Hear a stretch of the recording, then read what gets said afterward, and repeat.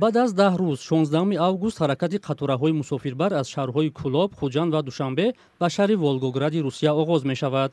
вале нархи чиптаҳо феълан дақиқ нест ва вазири нақлиёти Тоҷикистон гуфт сари ин масъала корҳо идома дошта дар зудтарин фурсат маълум хоҳад шуд.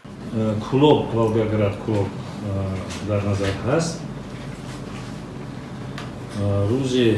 рӯзи сешанбе соати 00:10 рӯзи ҷумъа соати 2:08 мерасад, 72 соат дар роҳ аст ва масофа 3367 километр. Душанбе, Волгоград, Душанбе рӯзи шанбе соати 2:18 соати 2:08 ин ҳам мерасад Волгоград. рӯзи сешанбе соати 12:08 бозгашт ва вақти ҳаракат 65 соати 50 дақиқа мешавад, 3111 км.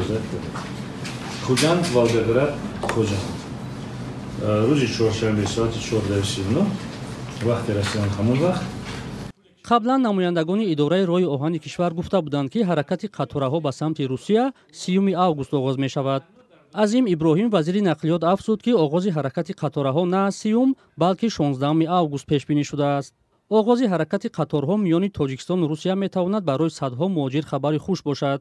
ба хотири гарон будани билети ҳавопаймо муҳоҷирон зиёд тавассути қатор ба Русия рафту омад мекарданд.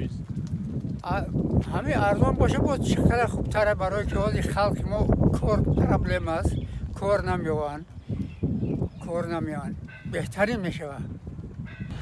халқ ҳам ба ҳама маълум, халқ ҳози ҳама аҷияти бюҷетист. ҳай поезд раст ки кушодан як беҳбудӣ мешидагист барои халқ, барое ки мо Россия вобастагӣ дорем, барои ҳамин халқи рафт бо як чиз нимчӣ бас халқ сабаки меорад.